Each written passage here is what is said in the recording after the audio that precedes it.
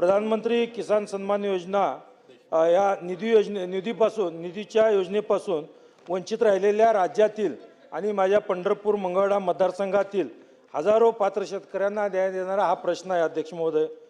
केंद्र सरकारच्या PM किसान सन्मान योजनेच्या या लाभार्थ्यांची यादी राज्य सरकारच्या नमो शेतकरी महासन्मान निधी योजनेसाठी सुद्धा वापरली जाते। यामुळे PM किसान योजनेतील तांत्रिक त्रुटी म्हणजे नमो सन्मान योजनेतील सुद्धा त्रुटी ठरत आहेत का?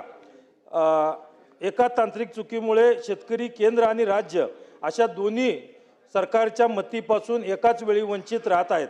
योजनेसाठी 1 फेब्रुवारी 2019 ही कट ऑफ तारीख निश्चित करण्यात आलेली आहे।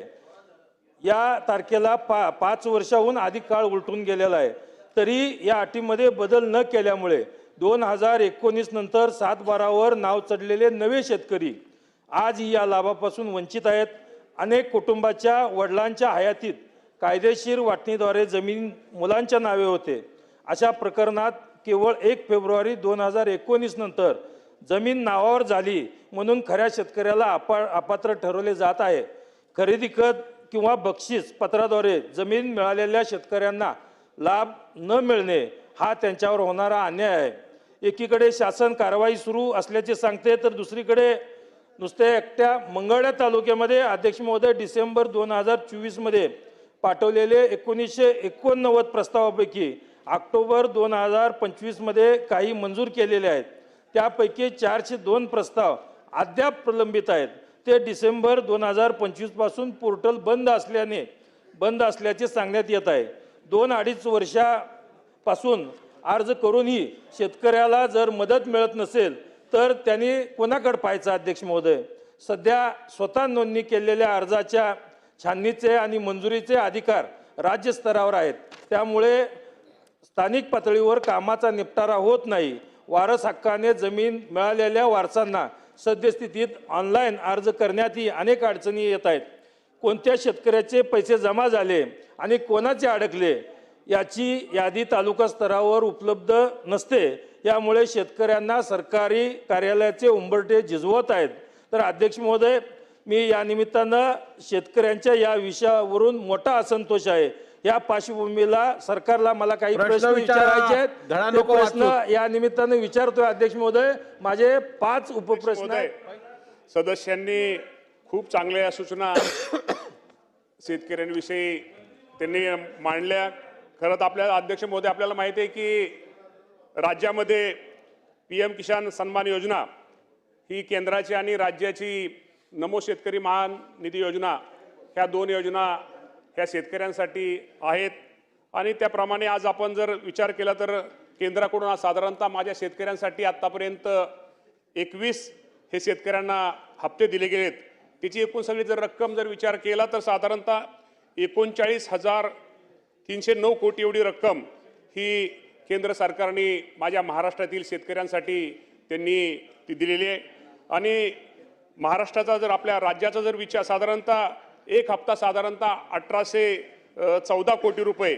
मगाशी जे आपल्या सदस्यांनी जे विषय विचारला की त्यांच्या सोलापूर जिल्ह्याचा त्यांनी विषय विचारला, तर सोलापूर जिल्ह्यामध्ये साधारणतः 6,99,000 लाभार्थी पात्र शेतकऱ्यापैकी साधारणतः 6,82,000 शेतकऱ्यांना आतापर्यंत आपण त्याचा लाभ हा दिलेला आहे।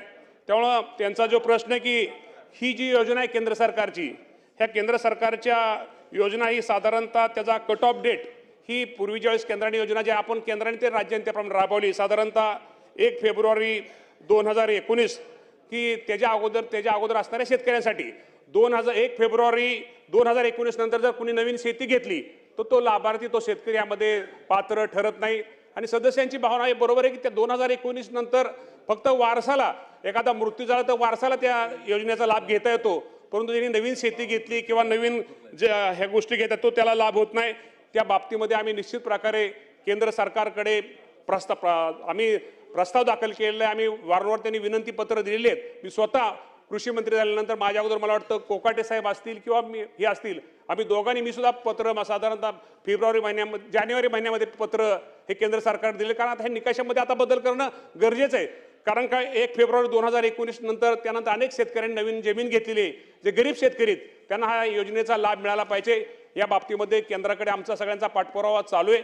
आणि सोलापूर जिल्ह्यामध्ये सुद्धा जे काय अपात्र त्यांनी जे सांगितले की काय शेतकरी पात्र शेतकरी आहेत, परंतु पात्र शेतकरी असले तर निश्चित प्रकारे त्यांना जास्तीत जास्त या योजनेचा लाभ, हा राज्याची योजना असू द्या किंवा केंद्राची योजना असू द्या, हा शेतकऱ्यांना लाभ दिला जाईल.